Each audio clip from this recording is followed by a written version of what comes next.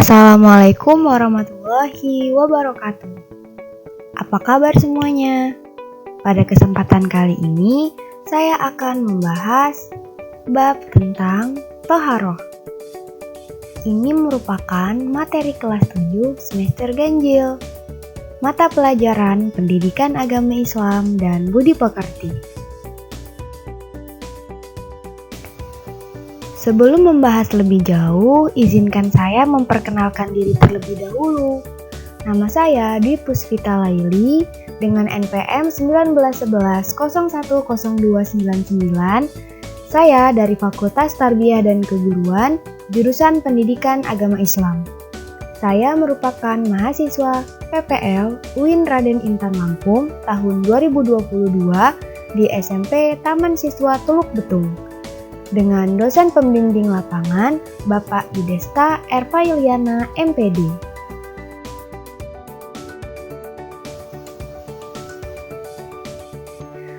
Apa yang kalian ketahui tentang Toharoh?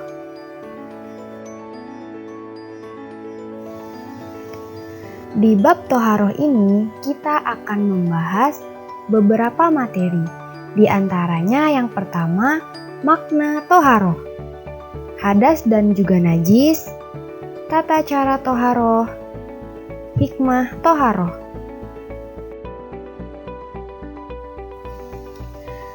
Baiklah, materi yang akan kita bahas yaitu tentang makna Toharoh. Toharoh menurut bahasa artinya bersih, sedangkan menurut istilah syara, Toharoh adalah bersih dari hadas dan najis. Toharoh merupakan ciri terpenting dalam Islam yang berarti bersih dan sucinya seseorang secara lahir dan batin. Dengan demikian, Toharoh adalah bersih dan suci dari segala hadas dan najis, atau dengan kata lain membersihkan dan mensucikan diri dari segala hadas dan najis yang dapat menghalangi pelaksanaan ibadah seperti sholat atau ibadah lainnya. Sebelum membahas materi berikutnya, di sini ada beberapa pertanyaan. Yang pertama, apakah hadas dan najis itu? Apakah hadas dan najis itu sama? Dan apakah kalian sudah ada yang tahu tentang keduanya? Untuk menjawab pertanyaan-pertanyaan tersebut, mari kita lanjutkan penjelasan berikutnya, yaitu tentang hadas dan najis. Najis adalah kotoran yang menjadi sebab terhalangnya seseorang untuk beribadah kepada Allah Subhanahu wa Ta'ala.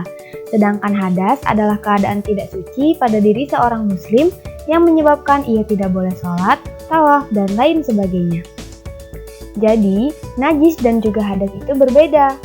Kalau najis adalah kotoran atau zatnya, sedangkan hadas adalah keadaan tidak suci. Jadi sampai sini jelas beda ya.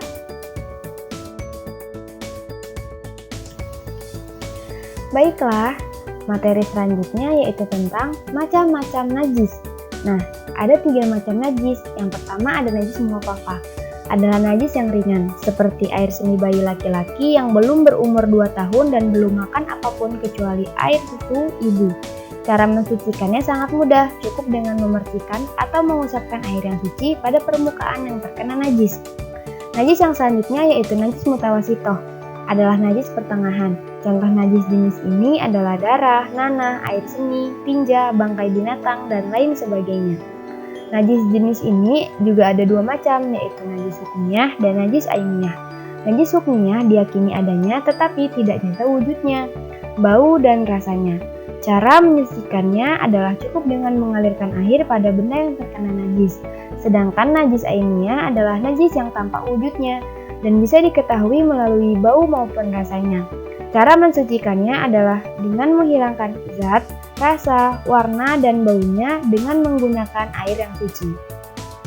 Najis muhaladoh adalah najis yang terakhir, yang mana najis ini dikatakan sebagai najis yang paling berat. Najis ini bersumber dari binatang, anjing, dan juga babi. Cara mensucikannya melalui beberapa tahap, yaitu dengan membasuh sebanyak 7 kali, 1 kali diantaranya menggunakan air yang dicampur dengan tanah.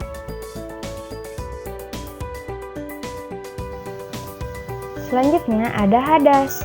Nah, hadas ini terdiri dari dua macam, yaitu ada hadas kecil dan juga hadas besar. Kita terkena hadas kecil apabila mengalami atau melakukan sesuatu dari hal berikut, yaitu keluarnya sesuatu dari kubul dan bubur, hilangnya akal, contohnya tidur, bersentuhan kulit antara laki-laki dan perempuan yang bukan muhrim, dan menyentuh kubul atau kemaluan dan dubur dengan telapak tangan. Cara mensucikan hadas kecil dengan berwudu. Apabila tidak ada air atau karena suatu hal, maka bisa dengan tayamum. Nah, kita terkena hadas besar apabila mengalami atau melakukan suatu hal antara lain, yaitu berhubungan suami istri, keluar mani, haid atau menstruasi, melahirkan, nifas, dan meninggal dunia. Cara mensucikannya adalah dengan mandi wajib, yaitu membasuhi seluruh tubuh dari ujung rambut sampai ujung kaki. Apabila tidak ada air atau karena suatu hal, maka bisa dengan tayamum. Materi selanjutnya yaitu tentang tata cara toharoh. Dalam toharoh sendiri ada 3 tata cara yang harus dilakukan. Yang pertama ada mandi wajib, wudu, dan tayamum. Tata cara pertama yang kita bahas adalah mandi wajib. Mandi wajib adalah mandi untuk menghilangkan hadas besar, sering disebut juga mandi janabah atau mandi junub. Tata cara yang pertama yaitu dengan niat mandi untuk menghilangkan hadas besar. Jika dilafalkan maka bacaannya sebagai berikut. Bismillahirrahmanirrahim. Nawaitul guslal liraf'il hadasil akbari fardhon lillahi ta'ala. Yang artinya, saya niat mandi menghilangkan hadas besar karena Allah Ta'ala. Selanjutnya, menghilangkan najis apabila terdapat di badannya seperti bekas tetesan darah. Dan membasahi seluruh tubuh mulai dari ujung rambut sampai ujung kaki.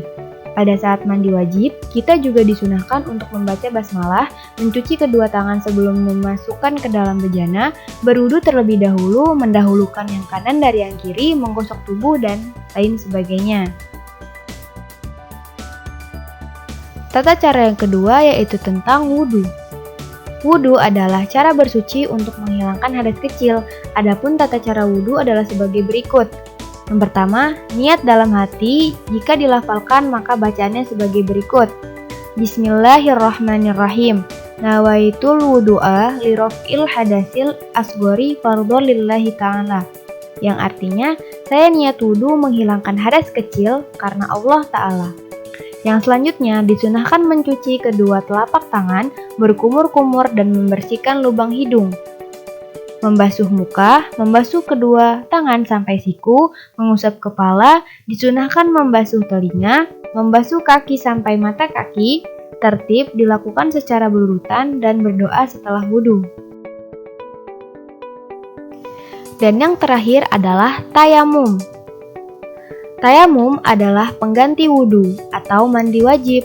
Hal ini dilakukan sebagai ru'yah atau keringanan untuk orang yang tidak dapat memakai air karena beberapa halangan. Jadi, tayamum dilakukan dengan menggunakan sarana debu yang suci. Debu ini digunakan sebagai pengganti air. Apabila kita berada dalam pesawat atau kendaraan, debu yang digunakan untuk tayamum cukup mengusap debu yang ada di dinding pesawat atau kendaraan. Cara ini boleh dilakukan jika tidak ada air dan telah berusaha mencarinya, berhalangan menggunakan air misalnya karena sakit, telah masuk waktu sholat. Nah, tayamum itu mudah, caranya adalah sebagai berikut. Yang pertama, niat. Niatnya yaitu Bismillahirrahmanirrahim. Nawaitu tayammuma li istibahatis sholati fardhon lillahi ta'ala. Aku niat bertayamum untuk dapat mengerjakan sholat karena Allah Ta'ala.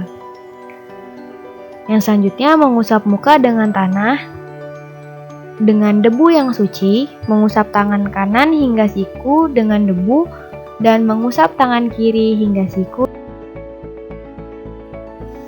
Materi terakhir yang akan kita bahas adalah hikmah toharoh. Nah, ada beberapa hikmah, di antaranya, orang yang hidup bersih akan terhindar dari segala macam penyakit karena kebanyakan sumber penyakit berasal dari kuman dan kotoran. Rasulullah Shallallahu Alaihi Wasallam bersabda bahwa orang yang selalu menjaga wudhu akan bersinar wajahnya kelak saat dibangkitkan dari kubur, dapat dijadikan sarana untuk lebih dekat dengan Allah. Rasulullah SAW menegaskan bahwa kebersihan itu sebagian dari iman. Dan ada ungkapan bijak pula yang mengatakan kebersihan pangkal kesehatan. Dan yang terakhir, kebersihan akan membuat kita menjalani hidup yang lebih nyaman.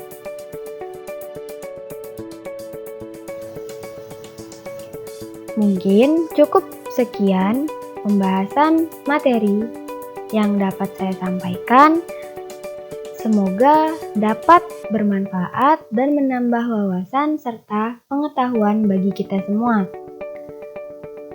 Saya memohon maaf apabila dalam penyampaian saya terdapat banyak kekurangan dan kesalahan. Dan saya ucapkan terima kasih. Wassalamualaikum warahmatullahi wabarakatuh.